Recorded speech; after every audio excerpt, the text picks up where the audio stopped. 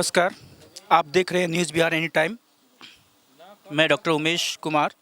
अभी मिठनपुरा मुजफ्फरपुर बेला रोड नागेंद्र नगर lane number 3 में हम आए हुए हैं, जहां डॉक्टर आदित्येंद्र नाथ एवं इनके परिवार के द्वारा एक श्राद्ध कार्यक्रम संपन्न किया जा रहा है उनके पिताजी श्री विश्वनाथ प्रसाद जी के स्वर्गवास होने के उपलक्ष्य में।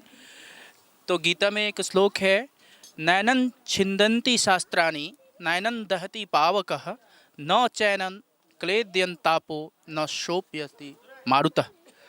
हम देख रहे हैं कि यहाँ शांति यज्ञ का कार्यक्रम अभी संपन्न हुआ है। ये वैदिक रीति से नहीं बल्कि आर्य समाज पद्धति से हुआ है। हमारे पुरोहित हमारे बीच उपस्थित हैं।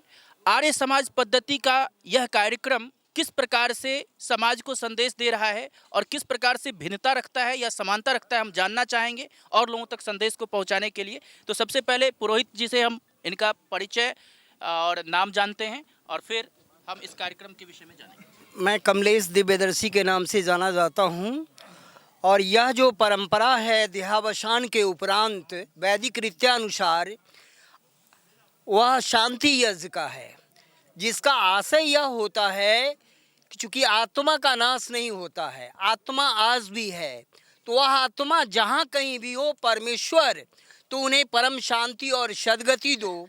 और जो लोग उनसे जुदा हो गए, बिछुरन अपने आप में पीड़ादायी होता है, तो उस पीड़ा को भी हर लो। और तीसरा, इस घर की शुद्धि कर दो।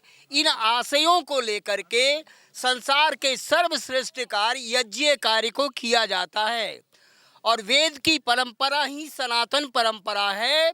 हमारे तमाम धर्म ग्रंथों में जो हमारा नामकरण किया गया है, चाहे रामचरितमानस हो या वाल्मीकि रामायण हो या 18 पुराण हो या श्रीमद् भागवत गीता हो, 6 दर्शन हो, 4 वेद हो, 11 उपनिषद हो, सब जगह आर्य शब्द ही आया है। इस भूमि का नाम ही आर्यावर्त था। और यह आर्यावर्त देश नहीं कहलाता है, राष्ट्र कहलाता है, क्योंकि जहाँ के पास संस्कृति होती है, संस्कृति का मतलब होता है उत्कृष्टतर श्रेष्ठतम कार्य को पूर्ण करना। तो जीवन को जिस विधि के आधार पर जीना चाहिए, उसमें यह 16 संस्कार आता है, जिसमें अंतिम संस्कार अंत्येष्टि के बाद यह शांति यज्ञ का कार्य किया जाता है। और यह पूरा वैज्ञानिक कार्य है, ये बाबा जी का गप नहीं है। ये जो भी है साइंटिफिक है, एक्सपेरिमेंटेड है, रियलाइज्ड है। और यह एक्सपेरिमेंट और रियलाइज्ड केवल जागृता अवस्था का नहीं है, परम जागृता अवस्था, जिसको समाधि अवस्था, 4 वेद का बोध जो हुआ है वो समाधि अवस्था से हुआ है। और समाधि ही समाधान है। तो हम सब यहाँ पर मिलकर के, सारे सगा संबंधी सारे लोग मिलकर के, अकेले कोई मांग मांगी जाती है तो साधारण सरकार भी सुनने को मजबूर नहीं होती है। समूह जब उसी मांग को लेकर के खड़ा होता है तो निश्चित रूप में लोगों को झुकना पड़ता है, मानना पड़ता है। तो सारे सगे संबंधी मित्र बंधु मिलकर के यह शांति यज्ञ का कार्य किया गया है कि हमारी जो मनसा है कि दिवंगत आत्मा को परम सद्गति, बिछड़े हुए लोगों के जीवन में फिर से उमंग और उत्साह, उल्लास और सोल्लास और इस घर की शुद्धि, यह कार्य सर्वोदय का है, सर्वपोषण का है, सर्व कल्याण का है। हमारे इस परंपरा में पशुओं तक के लिए भाग निकाला गया है। हमारी करुणा और ममता पशुओं के लिए भी समर्पित है। बहुत सारे पशु पक्षी हमारे दिए हुए आहार पर आश्रित होते हैं, उनके लिए भी भाग निकालने की परंपरा इस विधि में शामिल है। तो यह वेद की परंपरा, हमारी सनातन परंपरा आज सारी दुनिया की आवश्यकता है। वेदो खिलो धर्म मूलम। एक बार मैं इंग्लैंड में कुछ अपना विचार रखा था, तो एक आज इंग्लिश मैन खड़ा होकर कहता है, you have spoken very nice Indian philosophy. मैंने कहा, sir this philosophy is not confined to India alone, it is universal global philosophy. Just as Jordan process to SO4 produces hydrogen under certain temperature and pressure, this is not confined to India alone. If water is heated 100 degree Fahrenheit, vapor will come up. This is not confined to either England or India alone. Everywhere it is true. A plus b whole square is equal to a square plus b square plus 2ab, 5 plus 5, 10. This is not confined to any limited place. Just as whatever I have spoken about holy Vedas, this is universal truth, experimented, realized fact, constant truth, universal truth. यह जो सनातन धर्म है, यह आर्यावर्त देश की शान मान है। आज दुनिया कहती है ग्लोबल ब्रदरहुड होना चाहिए, और युगों पहले इस देश के मनीषियों ने कहा वसुधैव कुटुंबकम विश्व बंधुत्व विश्वगणित। हमने नारा नहीं दिया किरणवंतो भारत आर्यम, हम लोगों ने नारा दिया किरणवंतो विश्वम आर्यम। सारे संसार को प्रगतिशील करो, उन्नत करो, सुसंस्कृत करो। और मानवता, मनुष्य की परिभाषा यही है कि बलवान हो के निर्बलों की रक्षा करे। तो उस पुनीत कार्य में हम लोग अपने आप को आहूत करें, समर्पित करें। इन्हीं प्रार्थनाओं के साथ इस पुनीत कार्य को पूर्ण किया जाता है। ओम। ये कार्यक्रम षोडश संस्कार के अंतिम चरण के रूप में, अंतिम कार्यक्रम के रूप में किया जाता है। कितने दिनों तक ये कार्यक्रम चलेगा? ये त्रिदिवसीय कार्यक्रम है, 3 दिन चला है। ये आज तीसरा दिन था, और बहुत सारे लोगों ने तो महीना भर लोगों को तबाह किए रहते थे। तो आर्य समाज के संस्थापक देव दयानंद सरस्वती ने साफ कहा, कोई नवीन मत पंथ संप्रदाय को चलाना मेरा लेस मात्र इरादा नहीं है, बल्कि ब्रह्मा से लेकर के जैमिनी पर्यंत ऋषियों का जो मत रहा है, उसी खोए हुए सनातन मत को फिर से लोगों को जानना जनाना हमारा अभिष्ट है। इसलिए उन्होंने आर्य समाज की स्थापना की है। 3 की बड़ी भारी महिमा है। परमात्मा, आत्मा और प्रकृति 3 सत्ताएं हैं। तीनों के बारे में जानने की आवश्यकता होती है। एक स्कूल भी चलता है तो उसमें शिक्षक होता है, विद्यार्थी होता है और भवन होता है। एक दुकान चलता है तो खरीदार होता है, बेचने वाला होता है, सामान होता है। 3 की बड़ी भारी महिमा है। तो इस त्रैतवाद वेद की सनातन परंपरा है। कुछ लोग 9 दिन तक, 11 दिन तक, 13 दिन तक भी कार्यक्रम करते हैं। आप 3 दिन में इस कार्यक्रम को विराम देते हैं, तो ये कैसे अंतर हो? देखिए, यहाँ तो महीना महीना लोग पहले करते थे, लेकिन आज न लोग महसूस कर रहे हैं कि न लोग के पास इतना समय है और न आवश्यकता है इतना बोझिल होने की। अनावश्यक तथा कथित पंडितों ने, जिन्होंने ये कहा कि स्त्री और शूद्र को वेद नहीं पढ़ना चाहिए, गायत्री मंत्र का पाठ नहीं करना चाहिए, करे तो उनके कान में शीशा पीस के मतलब डाल देना चाहिए। ऐसी मूर्खतापूर्ण लोगों ने इस प्रकार के अनावश्यक प्रचलन को शुरू किया, जो अपने स्वार्थ के आधार पर कई प्रकार के दान, किसी को ज़मीन बेचवा करके, किसी को गहना गिरवी रखवा करके और किस कर्जा दिलवा करके इस प्रकार से लोगों का शोषण करते रहे थे। इस कलिजिए इस दुर्वस्था को दूर करने के लिए यह कार्य किया गया है। प्रतिनिधि सभा और मुजफ्फरपुर का आचार्यत्व की दृष्टि से संस्कार के पश्चात उसी दिन हमारे यहाँ वैदिक रीति में जो आर्य समाज की पद्धति है वही वैदिक रीति है। आर्य समाज की पद्धति के अनुसार जिस जगह उनकी अंतिम सांस छूटी वहाँ पर उसी घर में हवन हुआ, ताकि अशुद्ध वायु का निष्कासन और शुद्ध वायु का प्रवेश हो सके। महर्षि देवज्ञान जी महाराज ने संस्कार विधि के अंदर अंत्येष्टि संस्कार दिया है, और उसी अंत्येष्टि संस्कार के तहत मरणोपरांत जीवात्मा की शांति, सद्गति और घर की पवित्रता के लिए घर में 3 दिनों तक हवन यज्ञ का विधान दिया है।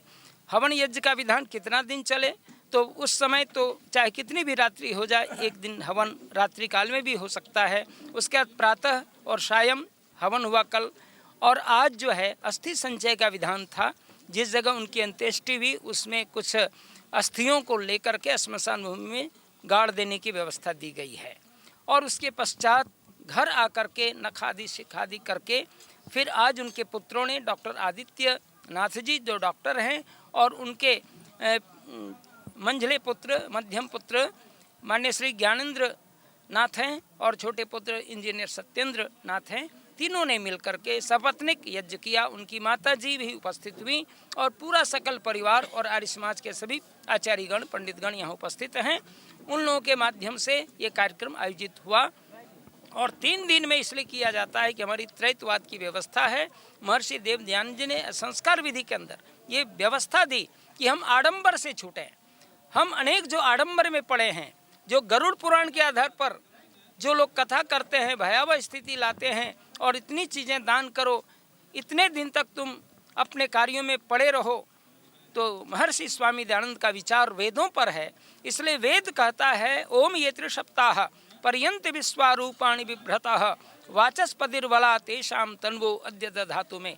संसार में त्रिक व्यवस्था, त्रैतवाद की व्यवस्था सर्वोपरि मानी गई है, क्योंकि संसार के रचने वाले परमात्मा को ब्रह्मा कहा गया है, पालन करने वाले को विष्णु कहा गया है और संहार करने वाले को महेश कहा गया है। लेकिन एक ही सत्ता तीनों काम को करने वाली है, इसलिए यहाँ भी त्रैत की स्थिति उनके कार्यों में है। और उसके अलावे जो माता पिता और आचार्य, ये तीन सत्ता तीन गुरुओं की बनती है। उसके अलावे यज्ञ की तीन मेखलाएं जो तीनों लोकों की तृप्ति कर देती हैं, जिसमें भूः भुवः और स्वः है। ये तीन लोकों की शांति यज्ञ से संभव है, क्योंकि जीवात्मा निकल करके सबसे पहले सूर्य चंद्र ग्रह नक्षत्र से होते हुए जल अन्न सब जगह प्रवेश करती है और अंत में अपने पूर्व कर्मानुसार परमात्मा उसकी व्यवस्था कर देते हैं। इसलिए आपने जो श्लोक पढ़ा था, नैनं छिन्दन्ति शस्त्राणि नैनं दहति पावकः न चैनं क्लेदयन्त्यापो न शोषयति मारुतः। उस आत्मा को शस्त्र नहीं काट सकते, उस आत्मा को पानी गीला नहीं कर सकता, उस आत्मा को हवा सुखा नहीं सकती और अग्नि जला नहीं सकती। ऐसे जो अमर तत्व है, जिसके बारे में यह स्पष्ट है कि वह ईश्वर, जीवात्मा और प्रकृति, ये तीन से संसार बना है और तीनों की स्थिति लय पर्यंत है, अर्थात प्रलय पश्चात है। और इसके अलावे ये सारी व्यवस्थाएं ये त्रैत को झलकाती हैं। इसलिए वेदों में तीन की व्यवस्था और 3 दिनों तक यज्ञ करने की व्यवस्था है, ताकि हम लोग तीनों। बहुत बहुत धन्यवाद, आपने हमारे दर्शकों को, हमारे श्रोताओं को बहुत जानकारी की बातें बताई, ज्ञान की बातें बताई। आपके टीम में कितने लोग हैं? अभी जो पुरोहित दल हैं इसमें कितने लोग हैं, कुछ बताएंगे? 10 आदमी हम लोग हैं। कुल 10 आदमी आप लोग हैं और उसमें जो महिला सदस्य भी हैं, तो कुछ बोलना चाहेंगे अपने तरफ से? महिलाओं के लिए संदेश, माताओं के लिए संदेश, क्योंकि आधी आबादी की हाँ, माताओं के लिए संदेश तो यह है, माताओं को वैदिक रीति से क्या करना है, क्या नहीं करना है, अपने परिवार को कैसे सजाना है। ये औरत महिला चाहे तो घर को स्वर्ग बना ले, चाहे तो घर को नरक बना ले, ये विधि उसी के हाथ में है। क्योंकि इसीलिए महर्षि दयानंद सरस्वती ने कहा, माता निर्माता भवती, माँ निर्माण करने वाली होती है, वह घर का निर्माण करती है, अपने बच्चों का निर्माण करती है, परिवार को देखती है। इसीलिए माताओं का स्थान बड़ा ही ऊंचा रहा है। और मैं विशेष कहना चाहूँगी, क्योंकि विश्वनाथ जी हमारे भाई रहे, यानी गुरु भाई, तो मैं आती रही। आज मैं 82 वर्ष की हूँ और वो 80 वर्ष में ही चले गए। तुम्हारी जुदाई गमारा नहीं है, मगर क्या करूँ कोई चारा नहीं है। बड़े दुख के साथ अजर अमर आत्मा की शांति के लिए ये हवन यज्ञ किया गया। और हम एक अंतिम जिज्ञासा लोगों की जानकारी के लिए, कुछ लोग बोलते हैं कि श्राद्ध कर्म के बाद मृत्यु भोज नहीं करना चाहिए। ऐसे कुछ विचारकों का, बुद्धिजीवियों का एक ज्वलंत समसामयिक चर्चा हो रहा है। कम शब्दों में आप बताएं और क्या संदेश देना चाहें, इसमें क्या आपका मत है?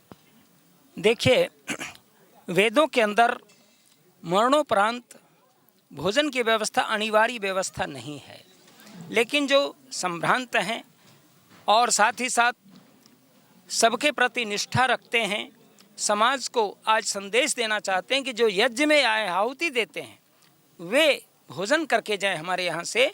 ये मृतक भोज का रूप नहीं दिया गया है, बल्कि उनके यज्ञ के अंदर प्रसाद का रूप दिया गया है। हम ऐसे लोगों को नहीं कहते कि आप मरणोपरांत जो है कर्जा लेकर के भोजन करावें मृतक भोज के नाम पर। इस प्रकार की कोई व्यवस्था नहीं, यहाँ पर शांति भोज की व्यवस्था है और यही वैदिक रीति की परंपरा है। कहने का आशा है कि प्रसाद वितरण की व्यवस्था है, ऋणन कृत्वा घृतम पिबेत वाली बात नहीं। अधिक से अधिक कर्ज लगा करके भोज करने की जरूरत नहीं है। जितनी सामर्थ्य है उस अनुसार प्रसन्नता पूर्वक आप अन्नदान करें। ये अन्नदान महादान है विश्व कल्याण के लिए। धन्यवाद। अब हम परिजनों से भी थोड़ा सा विचार लेना चाहेंगे। वैदिक रीति नहीं है, ये लौकिक है। आप जिनको खिलाना चाहें खिलाएं, लेकिन वेदों के विधान नहीं है जो आप खिलाएं ही। अनिवार्य धर्म नहीं, अनिवार्य नहीं है। धन्यवाद है। मेरे पिताजी का नाम स्वर्गीय श्री विश्वनाथ प्रसाद है और पिताजी आर्य समाज से विचारधारा से बहुत ही जुड़े हुए थे। हमारे घर में सारा हर संस्कार आर्य समाज पद्धति से ही होता था, वैदिक रीति से ही सब समझ होता था। और हम तीनों भाइयों को, हमारे बेटियों को, हमारे भतीजों को, सबको, बहुओं को, सबको उन्होंने ये सिखाया कि वैदिक रीति से कैसे धर्म का पालन करना चाहिए। तो हमने जो उनके संस्कार किए हैं वो वैदिक रीति से ही किए हैं। 3 दिन में वो समाप्त हो जाता है और वैदिक काल में वैदिक रीति से जैसे संपन्न होना चाहिए आर्य समाज पद्धति से, वैसे ही किया है।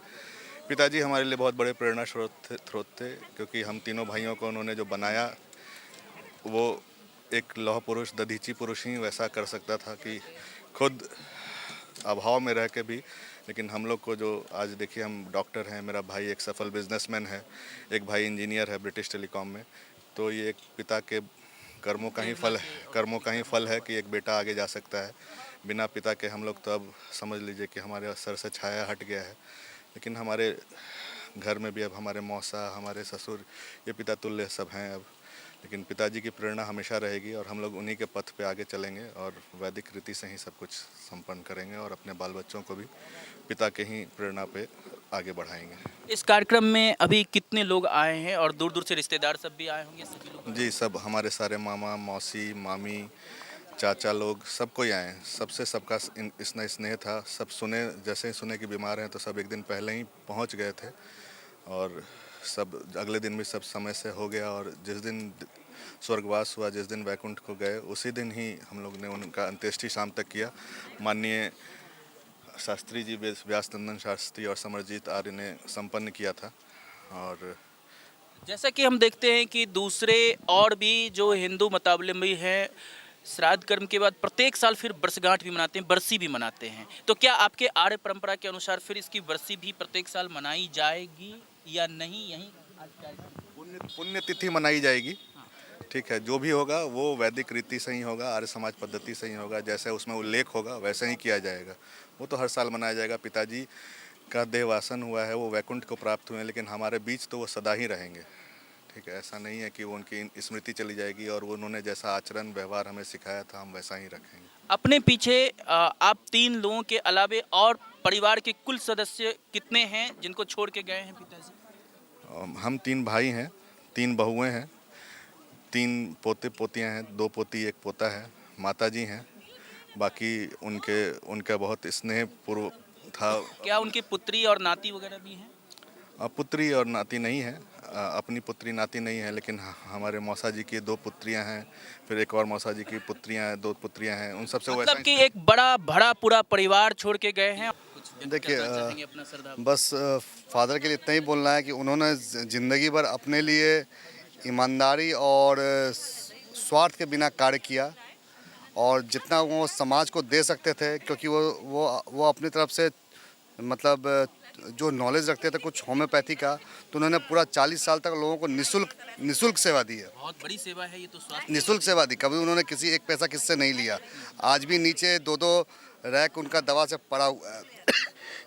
लेकिन अब जब से उनका शरीर खराब हो गया, लेकिन फिर भी कोशिश करते थे कि जो उनसे विचार लेने आए, सहयोग लेने आए, उनको मदद करें।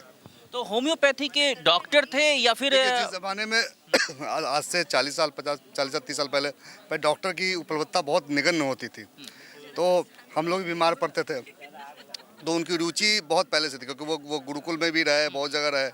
तो उस समय एक एलोपैथिक डॉक्टर पूरे शहर में मुश्किल से 3-4 हुआ करते थे। तो रात बिहार आप कहाँ जाइएगा। स्वास्थ्य कार्यकर्ता थे और स्वास्थ्य प्रेमी थे। हाँ। और आप कुछ संदेश समाज के लिए, जो पिताजी की प्रेरणा? देखिए, सबसे बड़ा जो प्रेरणा था मेरे बाबूजी का कि हर समय खुद के लिए मत सोचिए, कुछ समाज के लिए सोचिए। कुछ अगर आपकी क्षमता जितनी हो उसका कम से कम अगर 10% भी आप समाज के लिए करते हैं तो वो भी आपके पुण्य में ही साथ। परोपकार परमो धर्म, इस सिद्धांत पर ये। क्योंकि देखिए, जो कहते हैं ना, स्वर्ग और नर्क मिलता है। स्वर्ग नर्क हम लोग यहीं भोग के जाते हैं, इसी धरती पर भोग के जाते हैं। धन कभी साथ नहीं जाता है, लेकिन आपका विचार हर समय साथ जाता है। और आप अपना नाम बता दीजिए और किस पद पर अभी काम कर रहे हैं, कहाँ काम कर रहे हैं? देखिए, मेरा नाम ज्ञानेंद्र नाथ हुआ और मेरा एक मेडिसिन का दुकान है, मैं वही चलाता हूँ।